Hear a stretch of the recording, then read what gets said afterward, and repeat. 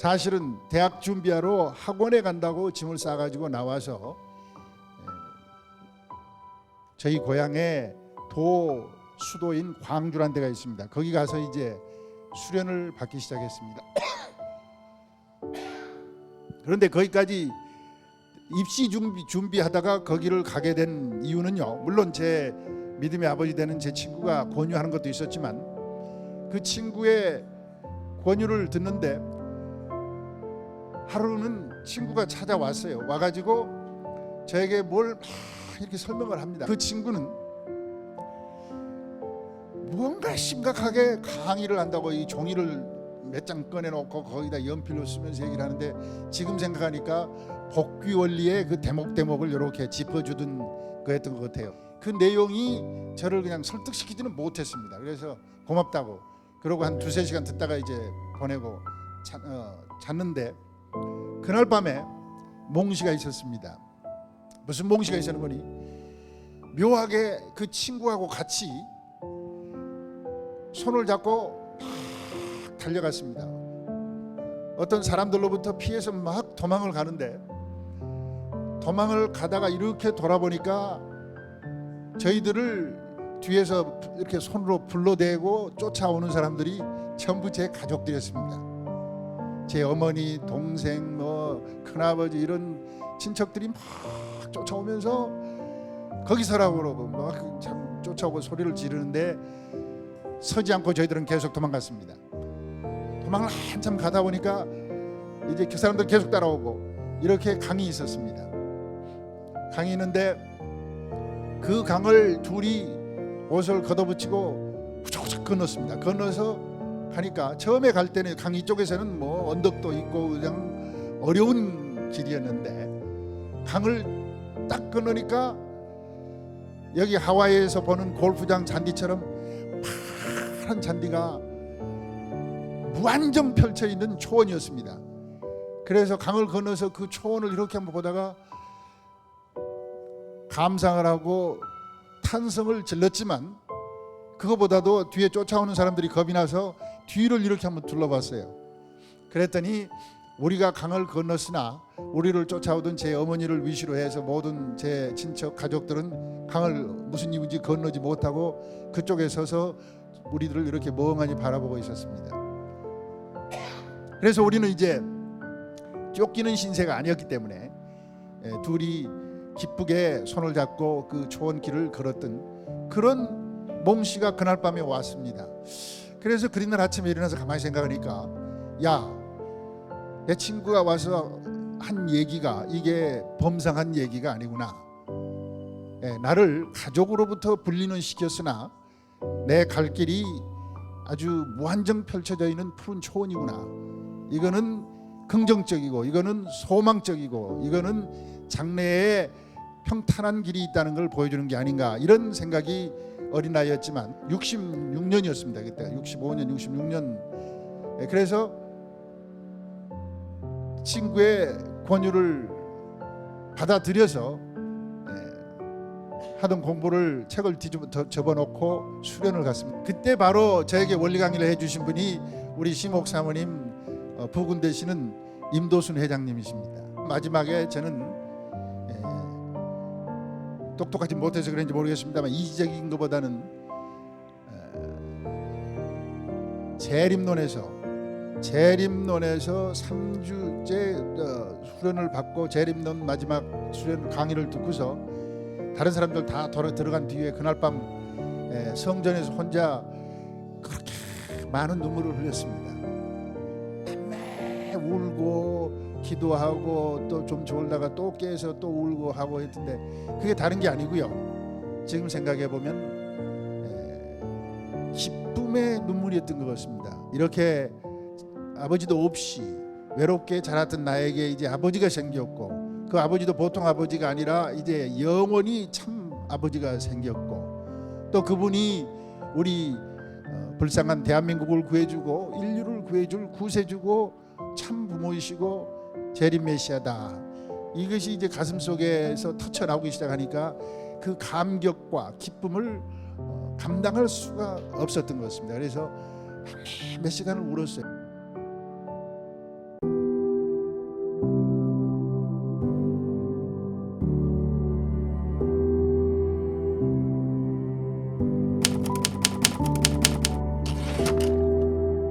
모스크바 얘기를 한번 합시다.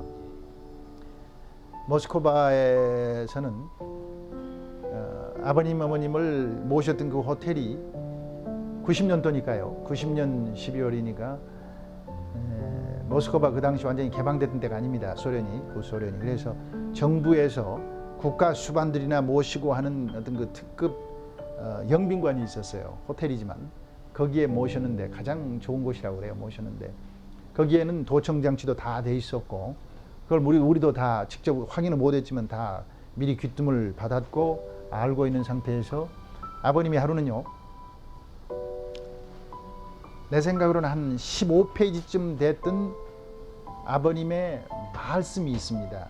제가 어떤 말씀이 있던가 기억은 안 나는데 주로 아버님의 그 주일날 하신 말씀 같은 아주 짙은 내적인 말씀이었는데 그 말씀을 그 방에서 그러니까 그 녹음기에 도청장치 녹음기를 통해서 녹음이 되라고 그렇게 이제 하신 거예요. 일부러. 내가 지금 나중에 하신 말씀이 그래요.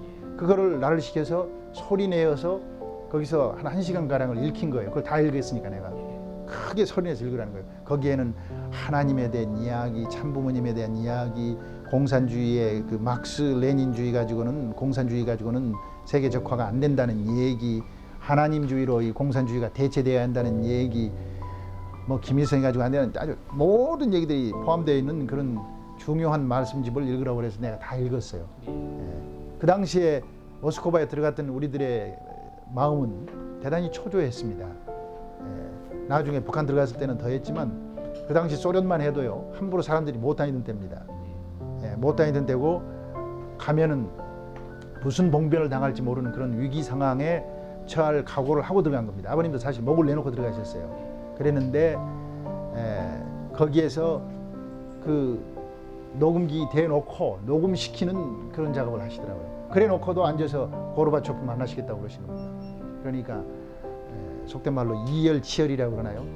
극과 극은 통한다고 상대방을 정확히 알고 계셨기 때문에 이거를 이렇게 밑에 좀 낮은 입장에서 손을 빌고 들어가는 게 아니라 위에서 오히려 때리면서 치고 들어갔어요. 그래서 고르바초프가 만나지 않고는 못 베기게 이렇게 상황을 영적으로 돌리시더라고요. 이렇게 아버님은 지혜로우세요.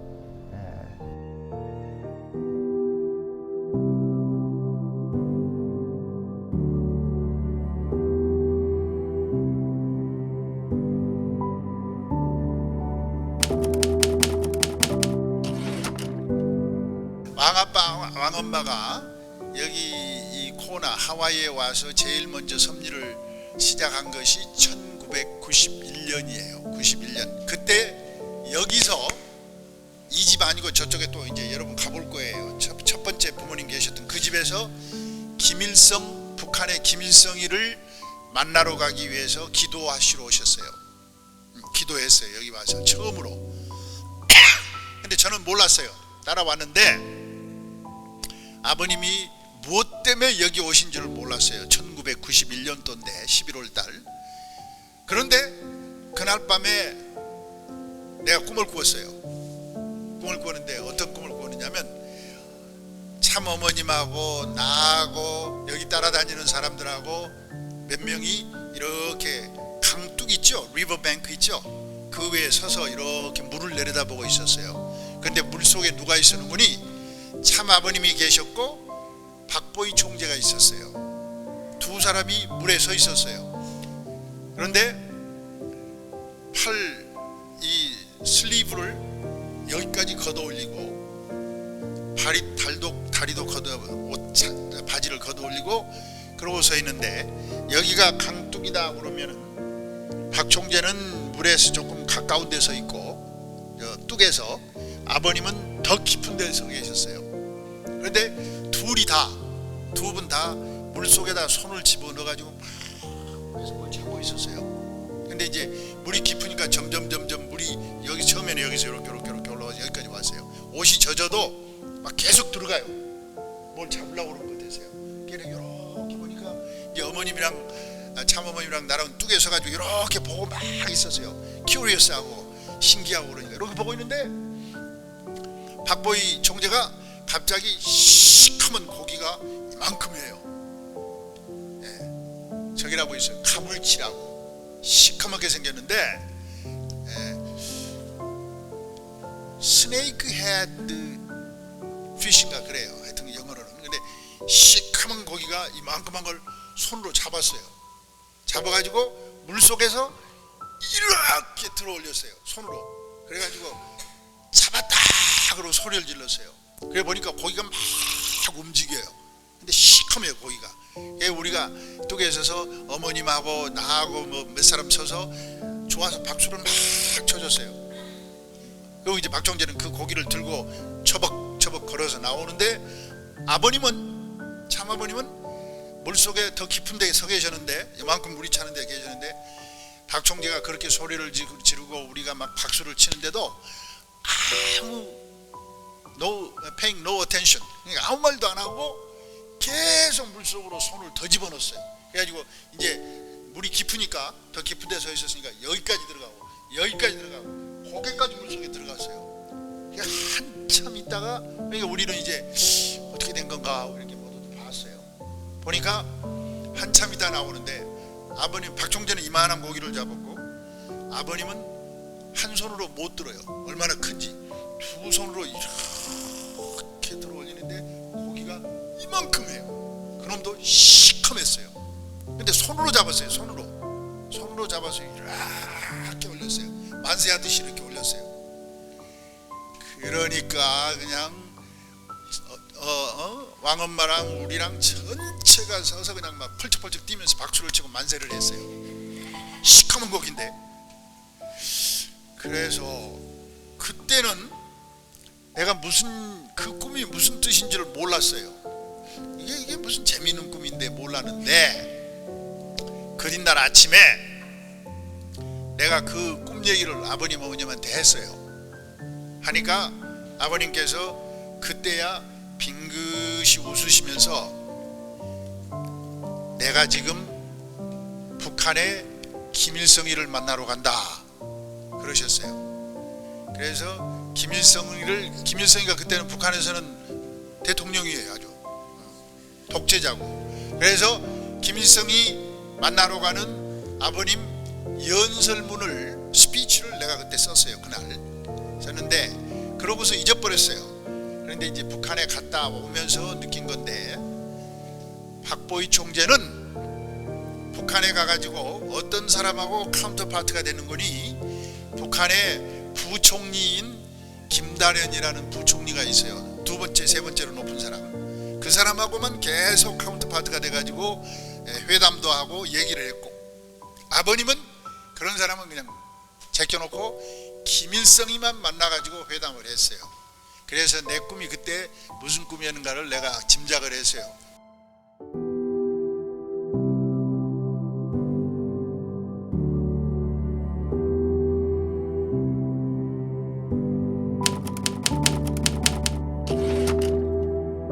효진님은 대단히 그 리더십이 좋습니다. 사람을 품고 지도하는 리더십이 강하고 깊으신 분이에요. 인정이 있으시고 그런 면에서 남보다 좀 특출하고요. 효진님의 그 리더십을 내가 한번 얘기를 해볼게요.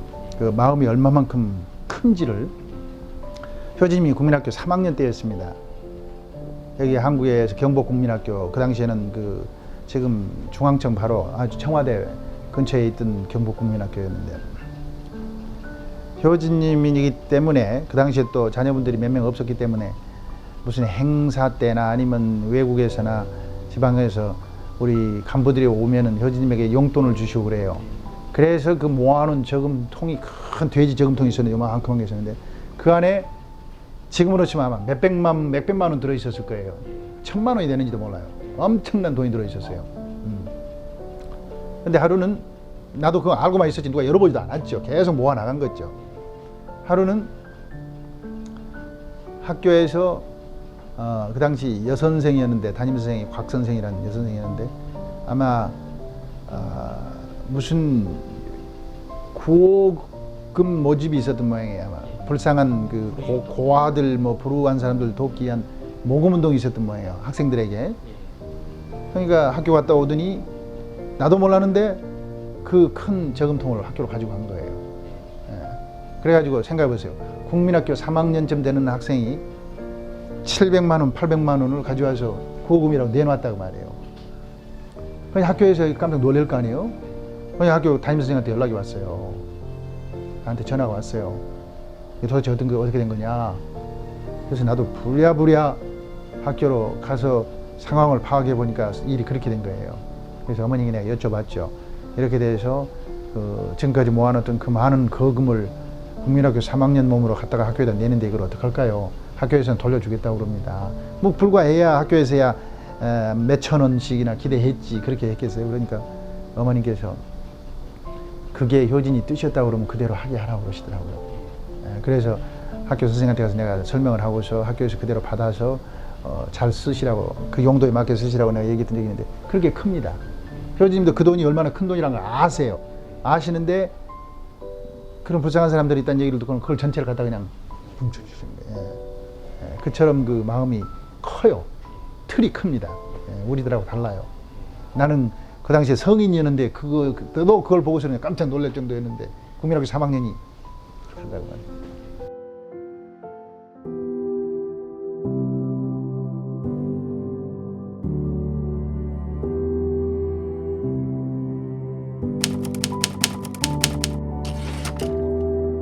아버님은요, 하나에서부터 열까지 전부 종적이고 공적인 생활을 하시기 때문에 아버님이 입에 항상 되뇌이시듯이 하시는 말씀 중에 하나가 심각하라고 그러신 말씀.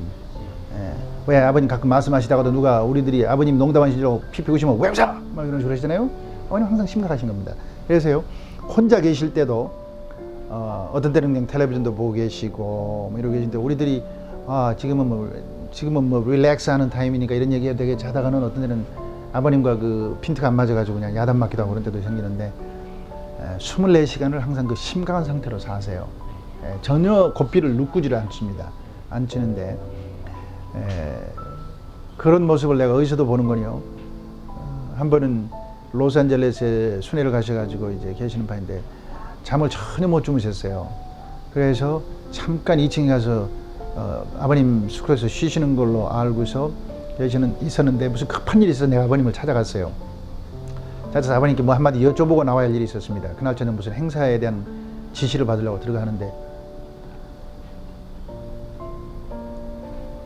이렇게 침대에 계시는데 파자마만 입고 계시는데도 이렇게 누워서 계시질 않아요. 이렇게 엎드려서 이러고 계세요. 주무신다는 모습이 그 모습입니다. 나중에 내가 이제 그런 걸 내가 여러 번 봤지만 그때는 내가 한번 나중에 여쭤봤어요. 아버님 왜 좀 편히 쉬시지? 한 30분이나 편히 쉬시죠? 그러니까 내가 하늘 앞에 내 할 책임을 다 하지 못하고 식구들이 고생을 한 걸 아는데 내가 어떻게 뻐젓이 등을 땅에 대고 편한 자세로 누워서 잘 수가 있느냐. 쉬는 거는 내 육신의 한계가 있기 때문에 육신의 에너지를 보충해 주기 위해서 쉬는 거지만 내 마음 자세는 쉴 수가 없다. 그렇기 때문에 내가 발 뻗고 잡은 적이 없다고 그러세요.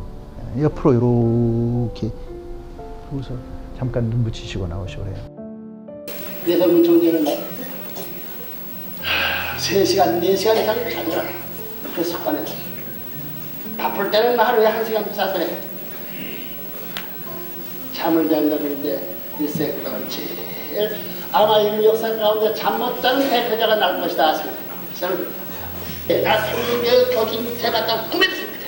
지금도 그래. 내 교진은 권한을 갖잖아. 평균이야. 다른 식구들이 전 세계에 배달하죠. 이 시간 높이를 초밥부터서 젖은 옷을 품고 선생님 만순방하라고 경배하고 있습니다.